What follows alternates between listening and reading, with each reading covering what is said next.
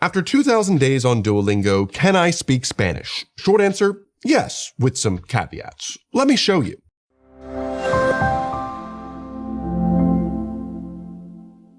皆さんは語学学習アプリデュオリンゴを継続して使ったことがありますか？今回は海外で人気 YouTuber のエヴァン・エディンガーさんが挑んだ2000日連続使用でスペイン語を習得できるのかという大実験の結果を解説します。エヴァンさんは最初の一言で端的に言えばイエスだけどいくつか注意点があると語っていますが、その注意点は何なのかとても気になりますよね。早速本編を見ていきましょう。 This is my current streak on Duolingo. That's over 3,000 days. エヴァンさんはイギリスを拠点に活動する人気 YouTuber。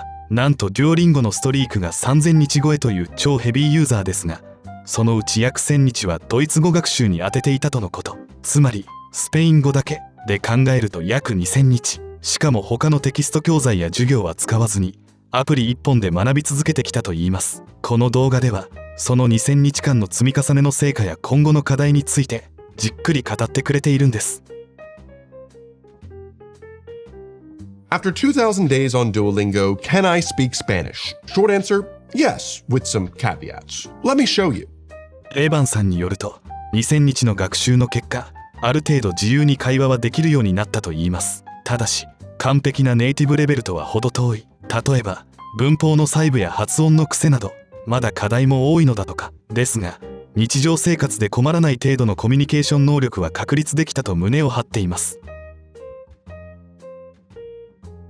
But this time around for Spanish, I have not done that. In fact, for the past 4 to 5 years, I've been learning exclusively on Duolingo, mostly to test out naysayer claims that say you can't do that. Well, sorry guys, I have. Will my Spanish be perfect? Absolutely not. But it will be very interesting to see where exactly my shortfalls are. ドイツ語を学んだ時は本や音楽、ドラマなど多彩なリソースを活用していたエヴァンさん。しかしスペイン語ではあえてアプリ一本にこだわった理由として、よくあるアプリだけじゃ無理だよという意見を自分で検証したかったと述べています。結果的に2000日も継続しながらどこまで実用的なスペイン語力を獲得できるのか、その真意に迫る動画とも言えますね。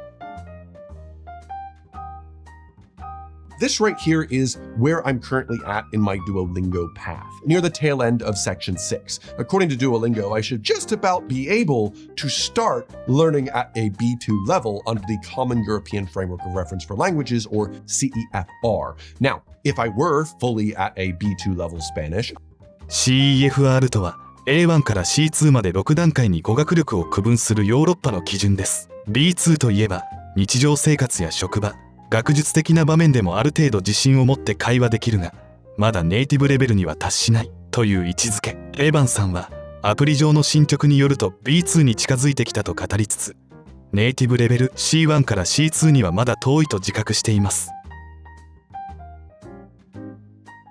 As you progress, so do the complexity of the exercises. So if you're someone in the early stages on the app, wondering what it's like later, how advanced do the exercises get, or if you're just interested to see how it all works and or how my Spanish is, well, let me show you a lesson or two where I'm at. I'm going to try and show you a standard lesson, meaning they're going to be teaching me new words and concepts that I haven't yet been taught in the app, as well as one of the listening only sections that focuses more on listening comprehension.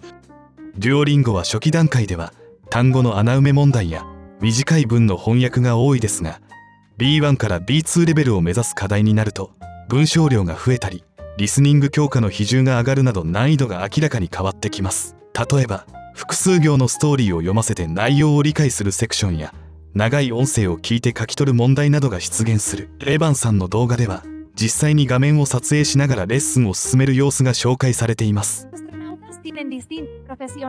Los astronautas tienen distintas profesiones. Los astronautas tienen distintas profesiones. ストーリーズセクションでは短い物語形式でキャラクター同士の会話を読み取り、文脈から単語を推測したり問題に答えたりします。例えばアグハイコールハリのように初見では意味がわからなくても物語の流れから推理して答え合わせをするわけです。一方オーディオレッスンでは音声だけが流れてくるので集中して聞き取り問題に答えたり発話練習をしたりします。エヴァンさんはまるでミニポッドキャストみたいで結構楽しく続けられると評価しています。Junior, están esperando a la doctora fuera de su oficina. So Eddie and his son, Junior, are waiting for the doctor outside of his office. ¿Por qué tengo que ponerme la vacuna contra la gripe? Why do I have to get a vaccine, a flu vaccine? I don't wanna. Lo sé, hijo. Sé que tienes un poco de miedo. Sé que tienes un poco de miedo. Pero esta vacuna es necesaria. But this vaccine's pretty necessary. But I'd say from my experience, progression in the language and overall comprehension has a sort of multiplier effect based on the amount of time you spend learning, in my case within Duolingo.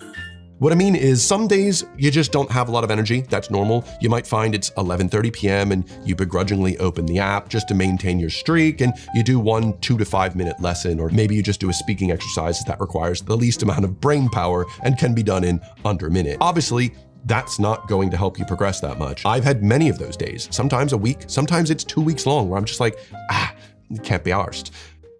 エヴァンさんはやる気がない日でも1分だけでもやるというスタイルを貫くことで2000日もの長期間学習を維持してきました。これはベストセラーアトミック・ハビッツでも推奨される手法で、まずは1分だけやると決めると意外にもう1問やりたくなるという心理を利用しているそうです。実際エヴァンさんも疲れ切っている日は最低限の問題だけ解いて寝るという日も多かったと言いますが、それでもストリークを途切れさせない工夫が大きな差を生んだとのこと。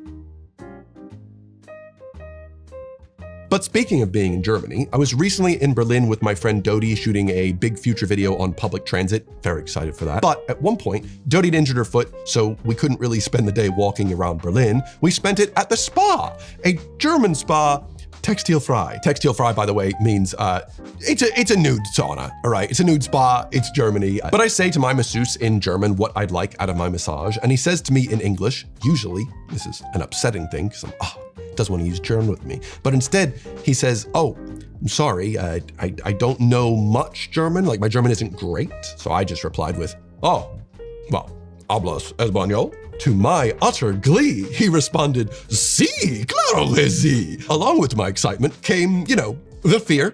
I've never actually used my Spanish before outside of small conversations with my postman. Like, was my Spanish going to be good enough to really hold a full conversation for 25 minutes of a massage? Now, those of you that are more sane than I are probably thinking, Evan, why would you need to have a full conversation? Aren't you like getting a massage where, you sit in silence for 25 minutes, maybe you make some grunts, you just relax?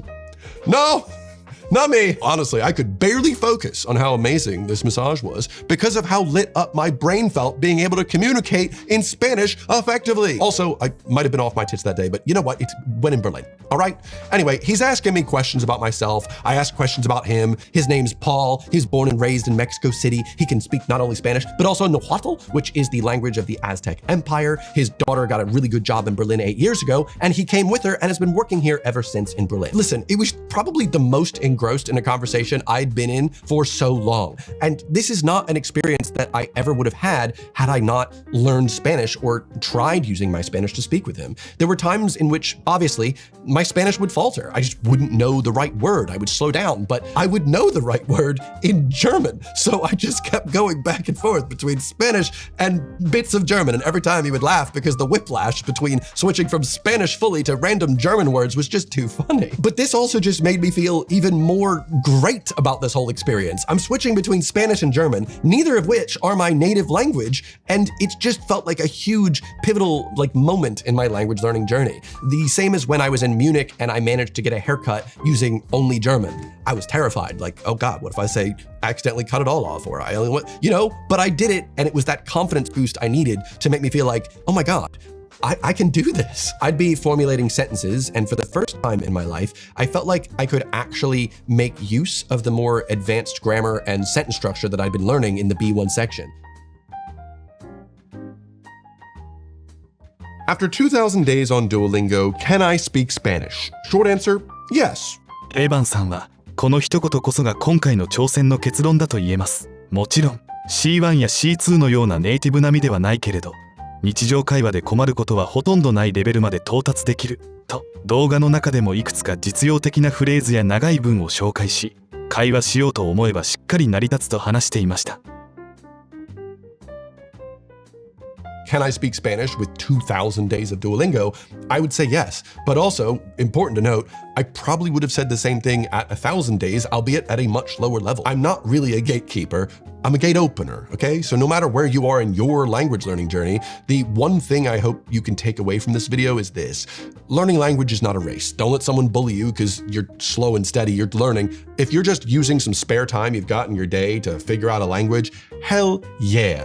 I know Duolingo is not the fastest way of learning a language. I know there are more efficient ways, but it's just an easy thing I can just kind of throw in during my day. And it, for me, has had huge benefits. Learning a language is not a race. Don't worry about it taking a long time if you're only putting small amounts of time in. Some days you're gonna have a lot of time, some days you're not. As long as you show up, you take your time, you'll get there. If anything, it's more like planting and tending to a garden. As long as you show up consistently, not only are you gonna be able to harvest the fruits of your labor in the future, but you'll find joy in the process of growing and nurturing everything along the way.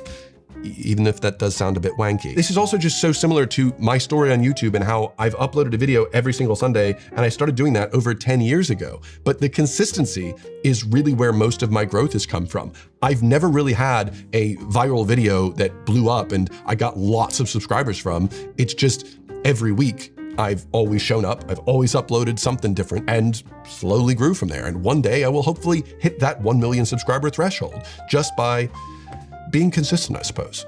エヴァンさんは動画の終盤で、デュオリンゴは最速の学習方法ではないと認めつつも、スマホ1台でどこでも学べるからこそ継続が可能という点を強調。学習はマラソンのようなもので、ペースは人それぞれ、毎日コツコツ続けることで、少しずつ着実に語学力は伸びていくと説いています。Well, for my definition of fluency, conversational fluency, of being able to communicate in Spanish using little to no English, I'd say I'm there now. Yes, I'm making mistakes, and no, I'm absolutely nowhere near the C1 or C2 level of advanced native fluency. But for me, to be able to understand and be understood in a foreign language of my choice is my threshold for fluency. And I'm just really excited, not only about the fact that I'm here now, but that I have so much more to learn. There's no reason for me to feel like, oh, that's it. Fluency is a spectrum. So many things these days are a spectrum. And that's why the whole CEFR framework is cool. エヴァンさんは2000日の学習を経て、日常的なやり取りが十分に成立するレベルに到達したと感じているようです。ネイティブレベル C1 から C2 ではなくとも、基本的なやり取りをこなせる段階を自分なりのフルエンシー、流暢さと定義しているのが印象的。結局、大切なのは競争ではなく継続。毎日1分でも5分でも、やらないよりは圧倒的に前進になる。そのメッセージが強く心に残ります。皆さんもエヴァンさんが語るアプリ学習の可能性に興味があれば、ぜひエヴァンさんの動画をチェックしてみてください。そして、もしデュオリンゴを始めてみたら、ぜひコメントで進捗を教えてくださいね。それでは最後までご視聴ありがとうございました。この動画が面白かったらチャンネル登録、高評価もよろしくお願いします。それでは次回の動画でまたお会いしましょう。